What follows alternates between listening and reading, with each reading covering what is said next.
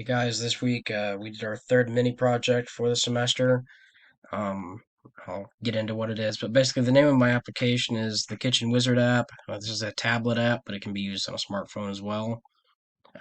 This all-in-one tablet app has functions that help users in the kitchen. In one tab, it lets the user select a meal to make by loading a website in the app that loads random recipes.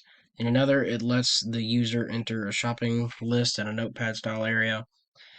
In the final tab, it loads a kitchen timer to help the user with cooking times. Um, and basically, my navigation tabs that are going to be on the left side of the screen, recipes, which is going to have a web view, and it'll take them to this URL, and they'll be able to move on from there and generate different recipes and possibly visit a different thing on the site. And I'll go into why I could do that on this now. I took a lot of learning. Shopping list on the screen. They're able to enter input text, which is formatted in an unordered list. Um, Timer. On the screen, user is able to select the number of hours or minutes and set the timer. And once the timer reaches 0, a toast message appears with the text "Time is up." I originally had this set up to do an audio alert and ran into some trouble because I wanted to use the system's notification sound, and that was a whole ordeal, and I'll get into it and how I got confused and gave up on it. Okay, so the app includes custom layouts, tab navigation, array list, more custom adapters than I'd like, and fragments as well. I should have put that on there. Hey, let's go ahead and do that. Web layouts, so web view controls, this is another way of saying that. Number pickers, uh, time functions and algorithms, and that goes with the number pickers. Toast messages, as we talked about with the timer, and stylized text input, which is with the shopping list. So, with that being said, let's go ahead and get into it. So, here's my strings, nothing fancy there. My default time string I've got to 000. Not really super important now because I had to take some of the functions out because I couldn't get them to work, but uh, it is what it is. Android manifest, this is how I'm connecting to the internet. This right here is part of what I had to set up in order to get notifications, but not all devices will allow this. And so the hours I spent trying to learn this and how to incorporate it in my code were for nothing, I think. So I just took it out. I got too frustrated with it. So that's all I changed in the manifest. Close that. Activity main. Pretty simple layout. I've got my list view and I've got a fragment container. So let's look at the code on that. Just my frame layout with the fragment container in it. That's what I should have said. Okay, so on to the next thing. I've got my 3 fragments, one for the recipes, one for shopping list, and one for timer. Recipes is going to have my web view in here. Fragment shopping list is just going to be a list items that they can add and then reset the list if they need to. Fragment timer is my timer where they can have the number picker and then go up and down up to 23 hours and up to I think 59 minutes because I have a min max value on it. And then start timer, and that's dynamic. It'll pause if the timer's running. There's a text view down here that the time is all calculated and formatted back in, and it'll count back to the user. And then once that is over, a toast message will appear down here. So let's look at the code on some of these, and then we'll get into the actual Java of it. So recipe is pretty simple, just a web view, nothing crazy about that. For fragment shopping, I've got my edit text, which is where they put in, here's my hint for my strings, my 2 buttons, add item and reset list, and then the list items that the adapter will populate. And then my fragment timer, the code on it, just linear, and all of these are going to have linear layouts. But here is my headers for my number pickers, I'm going to call them. But basically, this is just going to say hours, and this is minutes. This linear layout's going to stack on top of this one, and then here's my number picker 1 for hours, and number picker 2 for minutes. and then this is where my time left is going to be populated, and then my button, which defaults to start timer, and then it's dynamic. It'll change text depending on what we're running. So let's get all these open and we'll jump in it. All right. Main activity. Most everything's just passing through here, and then this is what's formatting it. Um, Again, I've recycled this a little bit, just hides the action bar. Uh, it's just easier to do this than to deal with the themes a lot of times. Initializing my list view and setting the on-click listener for whatever the user selects on the left side of the screen. This sets up the fragment manager, and this is what we're going to need in order to populate new fragments in that fragment container, because we're using the same frame layout for each of these that's in main activity or activity main XML, and we're just swapping it out for different code running through these different fragments. Creating an array of options for the user. So here's the three things that are going to populate for them to select. And I've in a few of these I've just done adapters within the code themselves just to save on digital paper, not have to make a new class. But that's all these are. This is a pretty simple one. Just setting up my list items and going accordingly. Alright. All this does is just it replaces whatever's currently in the frame layout. It replaces with whatever fragment's been selected. That's all this is. And based on the selection, this is what handles it. Like, this is my new fragment, and then it runs through this and says replace it with that. And then, of course, this block down here just loads it. Okay, on to the first fragment. Alright, so in recipes, that's the one with my web layout where it takes them to the URL.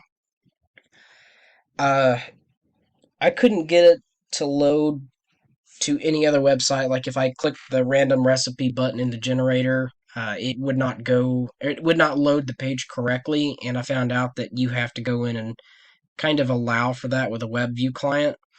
Um, and it doesn't like that. It doesn't do it automatically because it opens up a vulnerability within the application and thereby the device itself. So it's kind of a security feature to leave that disabled.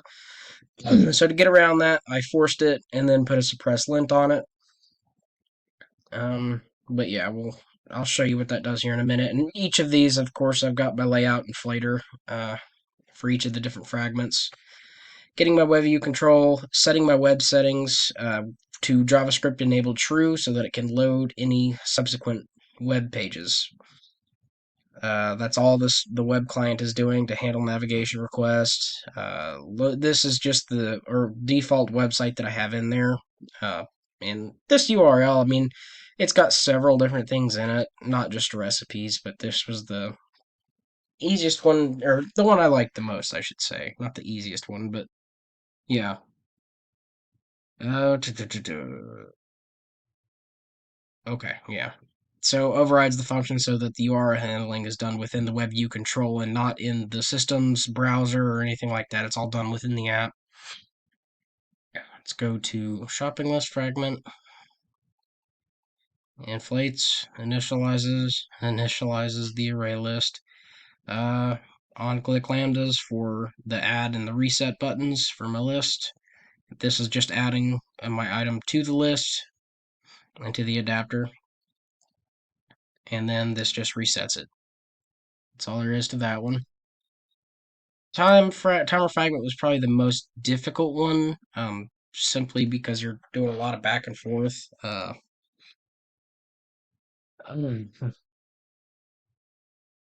should proofread these more. I hate that.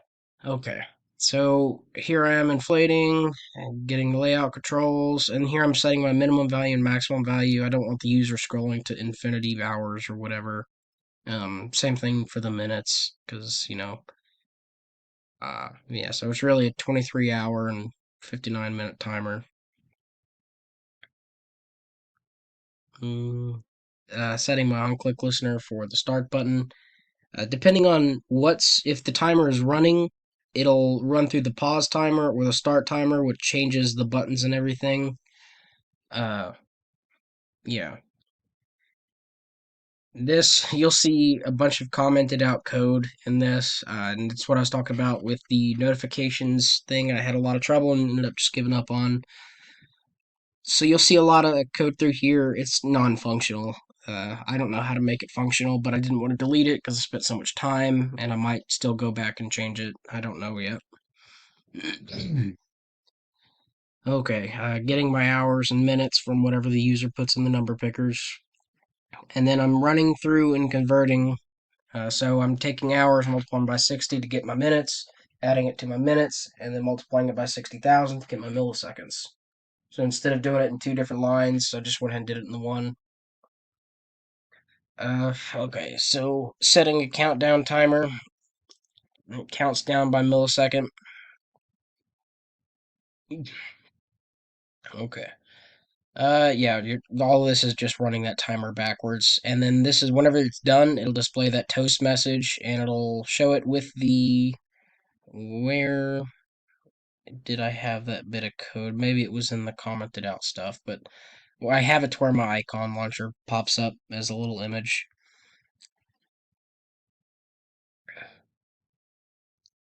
Update button state, that's if it's paused or started. So pause timer, update button state again. So you'll see that, and it'll populate to the opposite. So if you pause the timer, it'll say start. If you start the timer, it'll say pause. And here I am converting back from millisecond, whatever time's left, back into hours, minutes, and seconds. And for hours, I just go down from there and use my remainder functions and convert down. And here I am just formatting it, hours, colon, minutes, colon, seconds, and then putting it all together. And this will just update, like, this is what I was talking about. It'll just change the text on the button. Yeah, this is the big part I was talking about. I couldn't figure it out. I'm not even going to take time to explain it, so just look at it and forget it, and we'll move on. Ignore that too. All this is doing is just stopping and canceling the countdown timer and resetting it if the user says to do so. So let's go ahead and run this.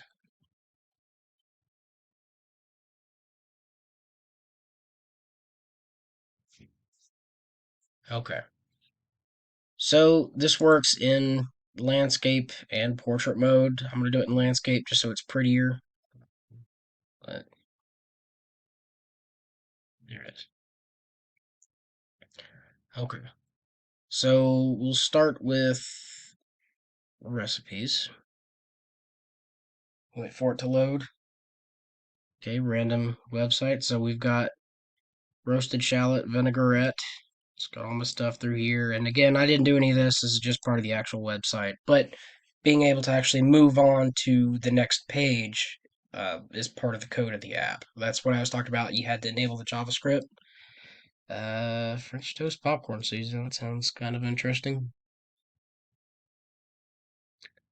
Neat.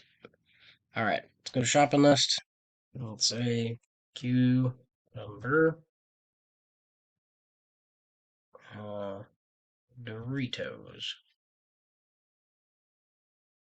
But you get the gist of it. I mean, that's all it is. We'll resets the list. Let's move on to timer. So we move backwards, we move forwards. So 4 hours and 57 minutes. It'll count back. We're not going to wait that long, so let's go ahead and stop that.